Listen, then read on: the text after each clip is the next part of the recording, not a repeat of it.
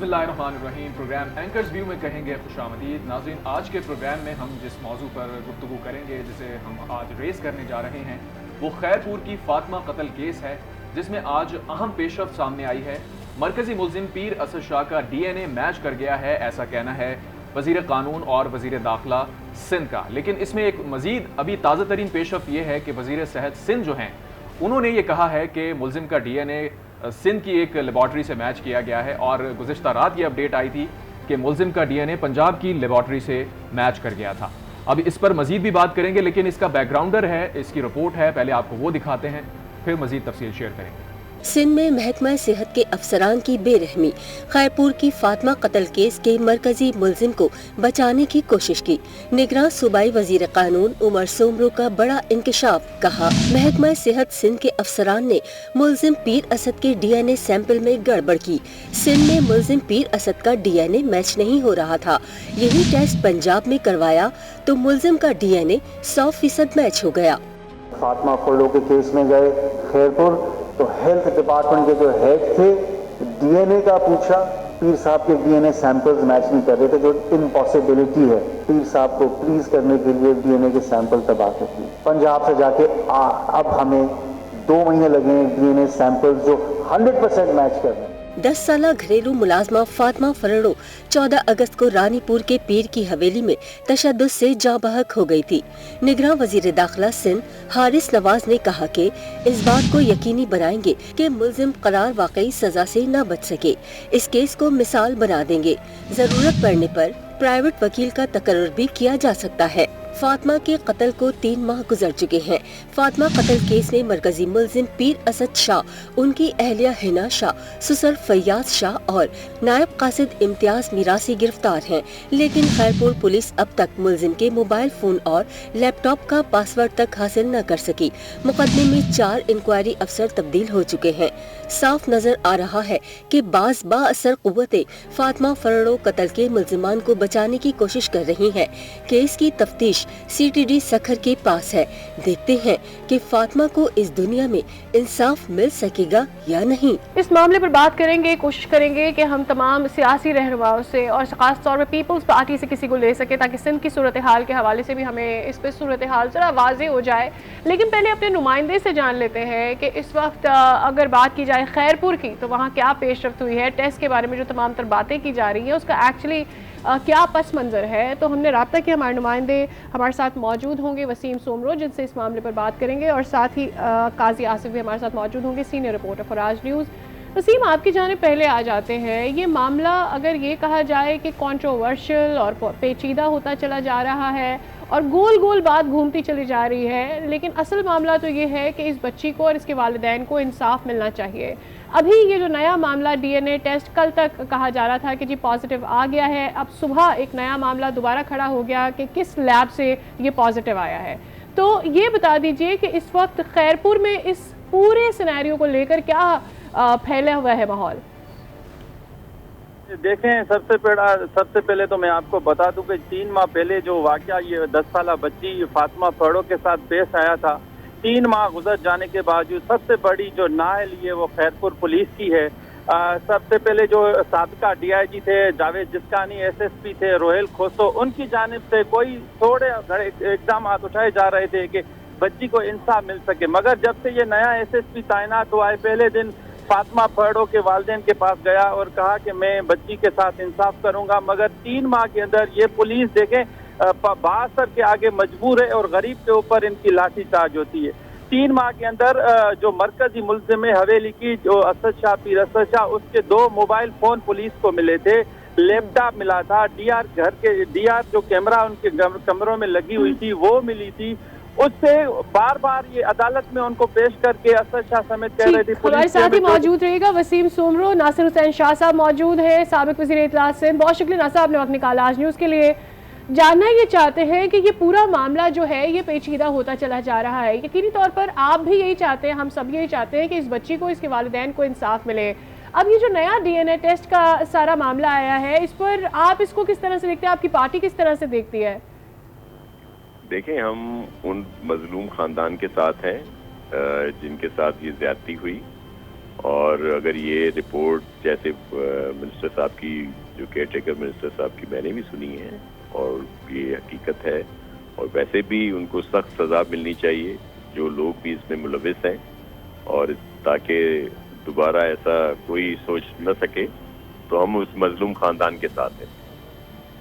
Sir, इजहार यकजहती तो यकीनन बहुत अच्छी बात है आपने कर दी, और हम जरूर जानना चाहते हैं नासिर साहब, अगर थोड़ी सी और हमें टाइम दे देते तो कल ज़्यादा जल्दी में लगे, शायद उनके पास जवाबात नहीं है क्योंकि वज़ीर बल्दियात भी रह चुके हैं और पीपल्स पार्टी पिछले 15 सालों से सिंध के अंदर हुक्मरान जमात रही है, और ये सारा जो निज़ाम इस वक्त चल रहा है पीपल्स पार्टी का ही दिया हुआ है। ब्यूरोक्रेसी की अगर हम बात करें, और अब तक जो तफसीलात सामने आ सकी हैं इस पूरे केस को लेके, उसमें हमें सिंध पुलिस और जो महकमा सेहत है उनके जो लोग हैं वो आला-ए-कार बने हुए हैं मुबैना तौर पर इस पीर के, जिन्होंने अभी तक इस पूरे एविडेंस को भी डिस्ट्रॉय करने की कोशिश की है। अपेरेंटली जो कल निगरान वज़ीर कानून बात कर रहे थे और हमारे साथ हारिस नवाज साहब ने भी बात की जो कि होम मिनिस्टर सिंध हैं, उसमें यही लग रहा है कि जो सिंध की इंतजामिया है वो एविडेंस को डिस्ट्रॉय करने की कोशिश कर रही है और मुल्जिम पीर जो है उसको फैसिलिटेट करने की कोशिश की जा रही है। और यहाँ तक देखिए ना अवैस के, हम ये भी जानते हैं कि जो कच्चे के डाकू हैं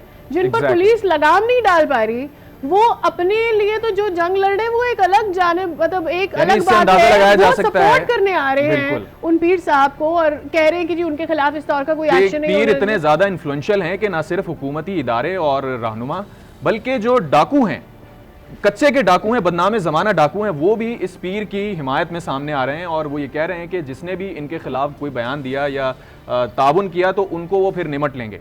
ये बड़ी अंधोनाक सूरत हाल है। कराची से सीनियर रिपोर्टर और पेचीदा अगर इस मामले पर थोड़ी सी और रोशनी डाले ना, तो ये बहुत सारी सिल्वर लाइनिंग्स हैं जिसकी निशानदेही कर रही है। एक ये कि यहाँ की पुलिस कच्चे के डाकू के ऊपर काबू नहीं पाए, कई सालों से ये चल रहा है।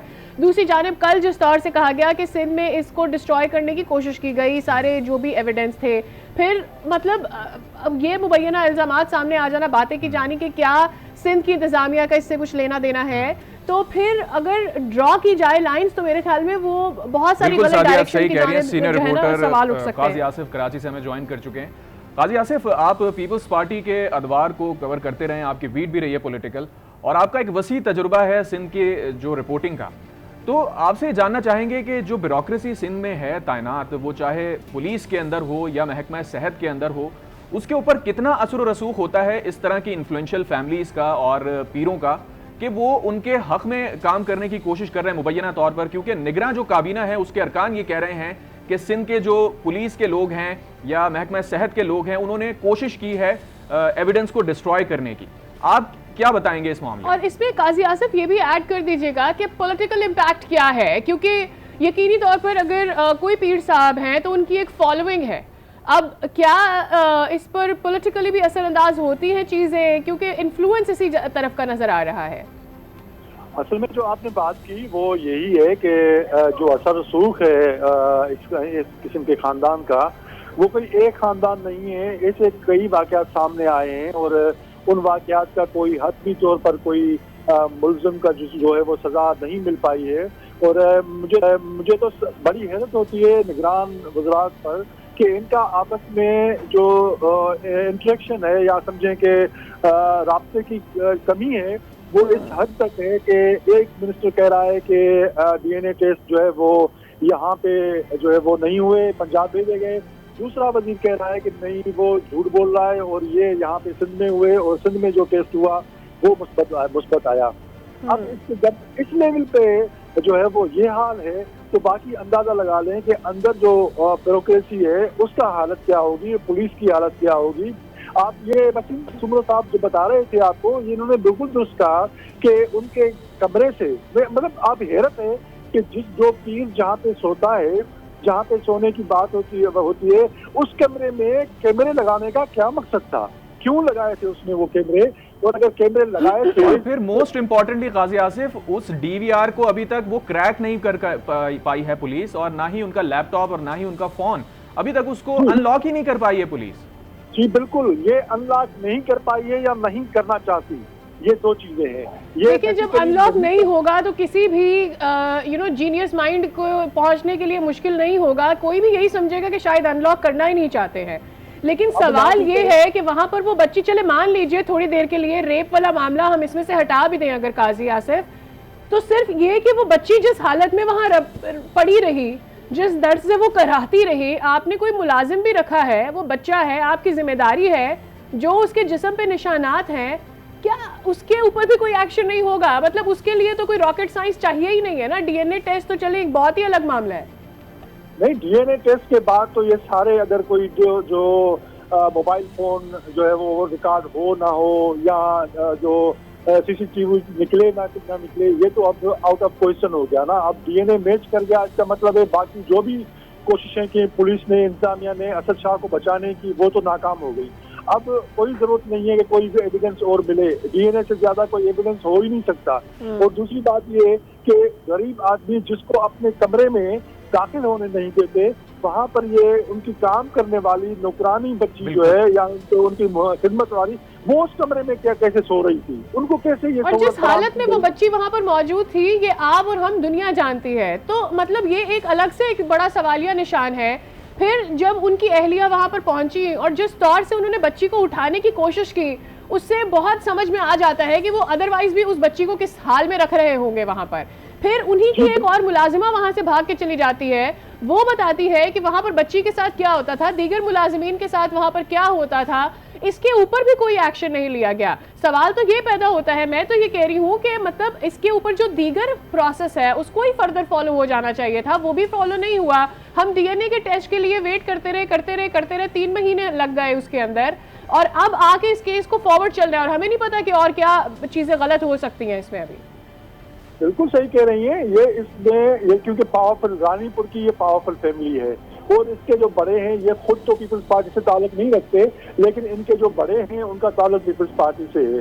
अब तो क्या ऐसे में काजी आसिफ पीपल्स पार्टी की जिम्मेदारी है कि इस पूरे मामले की जो शफाफियत है उसको सामने लेकर आए, क्योंकि पीपल्स पार्टी एक बड़ा नाम है, उनकी एक बड़ी फॉलोइंग है, और एथिकली फिर क्या ये उनकी जिम्मेदारी बनती है।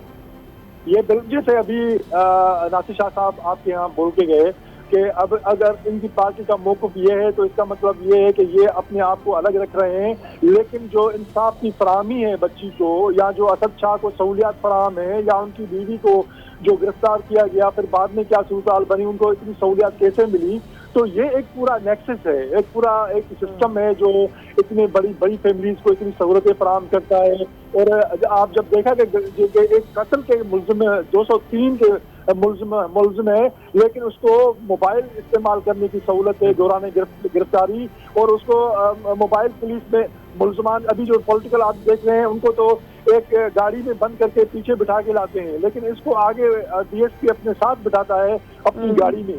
तो मैं अभी इसी तरफ आने वाली थी कि कोई सियासी गिरफ्तारियां हमने चंद एक दिनों में, ऐसा नहीं है, बहुत अलग मामलात हैं, लेकिन एक वाजे करने के लिए ये मैं बात कर रही हूँ कि कुछ दिन पहले हमने चंद एक गिरफ्तारियां देखी और उनके अंदर लैपटॉप्स भी उनके ले लिए जाते, फोन्स भी ले लिए जाते, सारी चीजें जो चाहिए होती है वो मिल जाती है। ये भी पता चल जाता है कि पिछले 3-4 दिन में उन लोगों से कौन मिल रहा था, कौन नहीं मिल रहा था। तो क्या इस आदमी का फोन, लैपटॉप, मतलब वहाँ जो मौजूद कैमरा में सारी रिकॉर्डिंग्स थी, वो डीवीआर क्यों क्रैक नहीं हो पाएगा जब तक कि कोई चाहता नहीं होगा उसे तो उसके अंदर से तमाम डिटेल्स बाहर निकालना।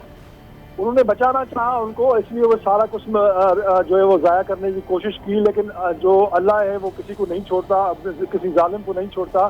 तो एक अल्लाह की लाठी बेआवाज होती है, और उन्होंने ये साबित कर दिया, डीएनए में बहुत तब्दीली करने की कोशिश की, लेकिन इसके बावजूद भी डीएनए से जो पॉजिटिव आ गया है असद शाह का उसके साथ, इससे ज्यादा इंतहाई जालिमाना और क्या हो सकता है कि शाह इतनी बड़ी फैमिली के लोग और मासूम गरीब सी बच्ची को जो उनके पास मुलाजमा है, बच्चियों से भी छोटी है उनके साथ। ये तो एक वाकया है जो रिपोर्ट हो गया है, मंजर आम पर आ गया है, और लोगों ने, दुनिया ने देख लिया है कि किस तरह की वहशत है, दरिंदगी है हमारे मुल्क के अंदर, और स्पेसिफिकली अंदरून जो इलाके होते हैं वहाँ पर वडेरे क्या करते हैं, जागीरदार क्या करते हैं कमज़ोरों के साथ। आप हमारे साथ ही रहिए, अपने नाज़रीन को ये भी बताते हैं कि इस केस की टाइमलाइन क्या है, और फातिमा कत्ल केस के हवाले से जिन मुल्ज़िमान को गिरफ्तार किया गया था उनमें अब तक क्या क्या पेशरफ्त हो सकी है, आपको दिखाते हैं।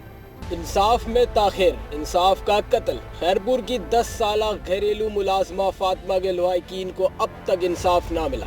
10 साला फातिमा को 14 अगस्त को ज्यादती के बाद कत्ल कर दिया गया था। 16 अगस्त को फातिमा फरोड़ो के कत्ल की FIR हवेली के मालिक पीर सैयद असद समेत 4 अफराद के खिलाफ दर्ज हुई। बाद में FIR में इंसदाद दहशतगर्दी एक्ट के तहत दफात शामिल कर दी गयी। 19 अगस्त को अदालती हुक्म पर फातिमा फरोड़ो की कब्र कुशाई और पोस्टमार्टम किया गया। 6 सितंबर को 6 रुकनी टीम की रिपोर्ट में फातिमा फरोड़ो पर तशद्दुद और ज्यादती की तस्दीक की गई। 22 सितंबर को खैरपुर पुलिस ने फैयाज शाह और FIR में नामजद मुलजिमा हिना शाह को गिरफ्तार कर लिया। पुलिस अब तक मुलजिमान के खिलाफ ठोस सबूत हासिल करने में नाकाम है। पुलिस की नाअहली का ये आलम है कि वो अब तक हवेली के मालिक सैयद असद शाह के मोबाइल फोन को डिकोड करने में नाकाम है। लैपटॉप और DVR का रिकॉर्ड भी हासिल किया ना जा सका। पुलिस हर हाजिरी पर मुलजिमान का जिस्मानी रिमांड तो हासिल कर लेती है, रिकॉर्ड तो हासिल कर लेती है, मगर साथ ही साथ ये कह दिया जाता है कि मुलजिम पुलिस से ताउन नहीं कर रहा। तो नाजरीन, आपने इस केस की टाइमलाइन जानी। अब आपको एक और अपडेट देंगे कि निगरान वजीर सेहत सिंध डॉक्टर साद खालिद की निगरानी में निगरान वजीर उमर सुमरो के बयान की वजाहत की है और उन्होंने कहा है कि फातिमा फरोड़ो से ज्यादती के सैंपल पंजाब भेजे गए थे। पंजाब से सैंपल रिपोर्ट मनफी आई थी, जबकि लम्स जामशोरों की लेबॉर्ट्री से सैंपल की रिपोर्ट मस्बत आई है। गुज़श्ता रोज़ वजीर कानून उमर सुमरो ने कहा था कि सिंध से सैंपल मनफी आने पर पंजाब से टेस्ट कराया गया था, जहां से रिपोर्ट मस्बत आई थी। इस पर मजीद भी बात कर लेते हैं। आज न्यूज़ के नुमाइंदे कैसर अब्बास ने हमें ज्वाइन किया है। कैसर, निगरान हुकूमत और जो काबीना है वो भी तजब्जुब का शिकार नजर आ रही है, क्या वजह है, असल कहानी है कि हमारे नाजरीन से शेयर कीजिए। जी बिल्कुल, कल देखने में आया था कि वजीर सेहत सिंध कानून सिंध उमर सुमरो की मीडिया पर नशर होने वाले बयान एक नशर हुआ था, जिसके बाद अभी वजीर सेहत सिंध ने बच्ची से ज्यादती के सैंपल पंजाब भी भेजे गए थे। बताया गया है कि जिसकी रिपोर्ट मनफी आई थी। लम्स जामशोरों की लेबॉर्ट्री ने भी सैंपल पर अनथक मेहनत की, जिसकी रिपोर्ट मुस्बित आई है। लम्स जामशोरों की रिपोर्ट के मुताबिक बच्ची के साथ 1 से ज्यादा अफराद ने ज्यादती की है। निगरान वजीर सेहत और निगरान वजीर दाखिला खुसूसी तौर पर इस केस को देख रहे हैं। इब्तदाई तौर पर केस में गफलत बरतने पर MS खैरपुर समेत 2 अफराद के खिलाफ आप बहुत इंपॉर्टेंट बात बता रहे हैं कि जो लम्स जामशोरो है उसकी रिपोर्ट के मुताबिक 1 से ज्यादा अफराद ने बच्ची से ज्यादती की है। ये एक नई चीज है इस केस के अंदर। जी, मीडिया पर मिनिस्टर साहब का यही कहना है कि मीडिया पर मुताजाद खबरों से केस के हकीकी पहलुओं को उजागर करने में तजाद पैदा हो सकता है। केस में मजीद पेशरफ से बहुत जल्द मीडिया को आगाह किया जाएगा। हमारी मुश्तरका कोशिश है कि केस को मुकम्मल तफ्तीश उस सबूतों की बुनियाद पर मंतकी अंजाम तक पहुंचाया जाए। लेकिन कैसर, ये बता दीजिए कि क्या रिपोर्ट मंजर आम पर इस हवाले से आज जो DNA रिपोर्ट है उसके अंदर ये अगर क्लियरली लिखा हुआ है तो क्या वो मंजर आम पर आ चुकी है, वो कहीं पे फ्लोट कर रही है जिसमें इस चीज़ की क्लैरिटी हो कि बच्ची के साथ मल्टीपल टाइम्स रेप किया गया है मुख्तलिफ लोगों की जानिब से? ये बयान जारी किया गया है निगरान हुकूमत सिंध की जानिब से और इससे अभी शेयर नहीं की गई है रिपोर्ट मीडिया से। बहुत जल्द मीडिया को आगाह करने की यकीन दहानी कराई। सही है कैसर अब्बास, आप हमारे साथ मौजूद रहिए। काजी आसिफ भी हमारे साथ मौजूद हैं। काजी आसिफ, जिस तरह से नई डेवलपमेंट ये सामने आ रही है कि फातिमा के साथ 1 से ज्यादा अफराद ने ज्यादती की है, अब ये DNA रिपोर्ट के अंदर सामने बात आई है। इससे पहले जो तफसीलात सामने थी उसमें तो पीर का नाम आ रहा था खाली, लेकिन अब जो डेवलपमेंट DNA की रिपोर्ट के मुताबिक सामने आ रही है उसमें तो मल्टीपल लोग हैं, यानी मल्टीपल अक्यूज हैं जिन्होंने बच्ची के साथ रेप किया और फिर उसकी वजह से जाहिर है उसकी मौत हो गई। जो 3 लोगों की बात कर रहा है, इसमें उमर सुमरो साहब ने जो बयान दिया था उसके बाद जो निगरान वजीर सेहत ने बयान दिया है, अब इस तजाद को हल करने के लिए एक बड़ा मसला पैदा हो गया है। अब ये है कि अगर ये दोनों मिनिस्ट्रियों की, अगर वज़रा की आपस में कोई राब्ता होता तो इस तरह की बात सूरत नहीं होती। ये एक नया पिंडोरा बॉक्स खोला है इन्होंने। लेकिन काजी आसिफ, मैं ये बताऊंगी अगर इस पर फोकस रहा जाए ना तो ये इतना बड़ा मसला नहीं है, क्योंकि अगर देखा जाए तो सिंध की रिपोर्ट है, ये पूरी खबर सिंध की है।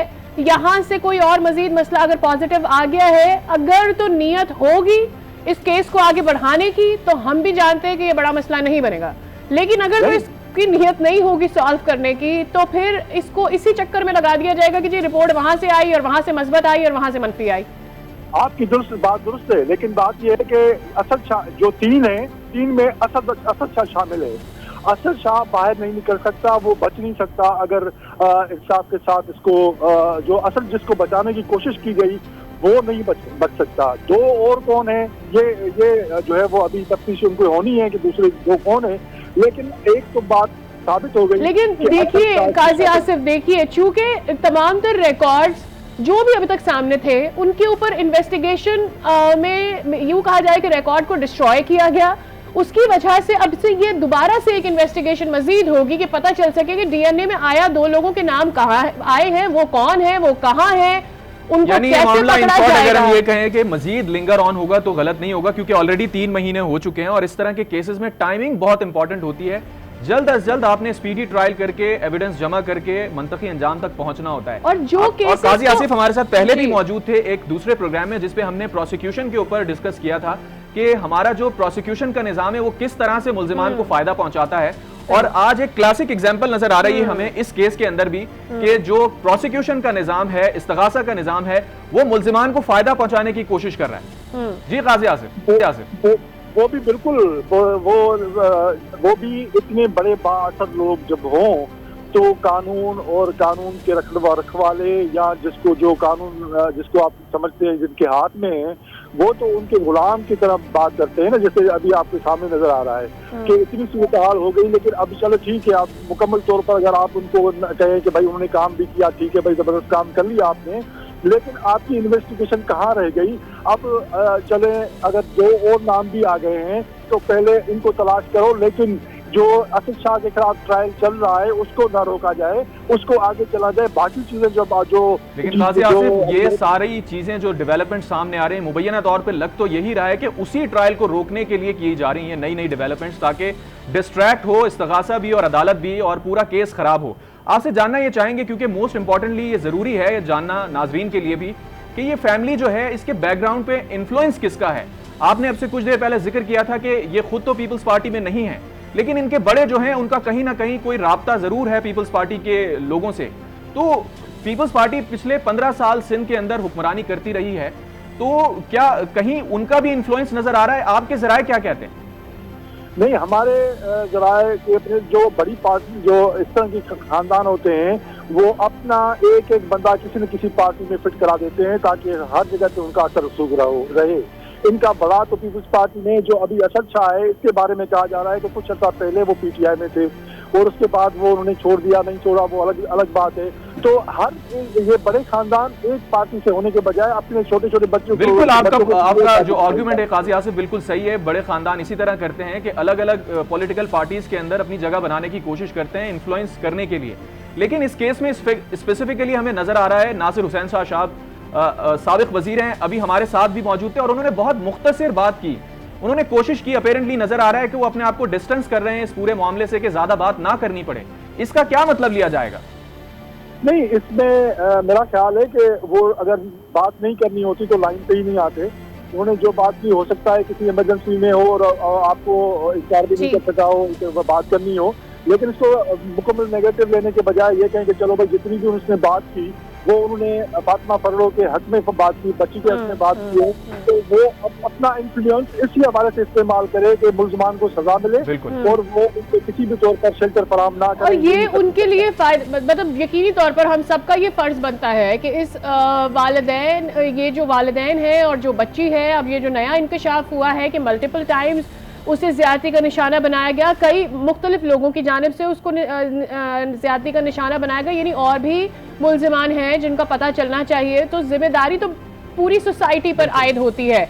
लेकिन हम ये बात जानते हैं कि सिंध में पीपल्स पार्टी की हुकूमत है और एथिकली आसान हो जाएगा इस मामले को मजीद हल करना कि अगर उनकी कोशिशें भी इसमें होंगी, और मेरे ख्याल में फर्ज के साथ साथ पॉलिटिकली भी इसका फायदा उनको भी होगा, क्योंकि लोगों बिल्कुल और लोग जो इसी तरह के, क्योंकि इस तरह के इतने सारे केसेस हैं और लोग चाहते हैं कि ऐसे मोस्ट इम्पोर्टेंटली सादिया जो पीपल्स पार्टी का अपना असर रसूख भी है और पॉलिटिकली भी, और अगर हम उसको पिछले हुकूमतों की बात करें तो उनका एक मखसूस असर रसूख है और वो अपनी चीज़ों को स्ट्रीमलाइन करते हुए अगर इस केस के अंदर हेल्प करना चाहें तो वो जरूर हेल्प कर सकते हैं। क्यों काजी आसिफ? बिल्कुल कर सकते हैं, लेकिन मेरा ख्याल है कि हम किसी एक पॉलिटिकल पार्टी पे कोई बड़ा इल्जाम लगा दें कि भाई ये उनकी सपोर्ट कर रही है, वो कोई भी पार्टी हो, ये मुनासिब बात नहीं है। लेकिन ये है कि ये मुनासिब मुतालबा है कि तमाम सियासी पार्टियां जो जिनका ताल्लुक किसी भी से हो वो इस मुल्जिम को बचाने के लिए आगे ना आए, पसे पर्दा हो या सामने हो। ठीक, कम से कम हमें एक पेज पर होना चाहिए कि इस केस का हल होगा, क्योंकि ये एक मिसाल कायम करेगा दीगर केसेस के लिए। और फिर अब यहाँ से चूंकि डीएनए टेस्ट पॉजिटिव आ चुका है, देखते हैं कि कितना तेजी से काम होता है, कितनी जल्दी इंसाफ सामने लेकर आया जाता है, तमाम प्रोसीजर को कितना तेज किया। अपने नाजरीन को यहाँ पर हम ये भी बताना चाहते हैं कि कल हमने जो चाइल्ड प्रोटेक्शन ब्यूरो है की चेयरपर्सन है पंजाब से, उनसे हमने कल बात की थी सारा अहमद साहिबा से, और उनसे हमने ये कहा था, रिक्वेस्ट की थी कि क्या आप राबता करेंगे उस बच्चे से जिसको कढ़ाई में फेंक दिया गया था, पानी से जलकर वो मर गया था। तो उन्होंने राब्ता किया है। हम शुक्रगुजार जरूर हैं, लेकिन हमें ऐसा लगता है कि इनिशियली चाइल्ड प्रोटेक्शन ब्यूरो को खुद ऐसे इनिशिएटिव्स लेने पड़ेंगे ताकि लोगों को इंसाफ मिल सके, उनकी मदद हो सके। अपने नाज़रीन को हम कल तक के लिए फिर इजाजत के तलबगार होंगे। इजाजत दिए, अल्लाह।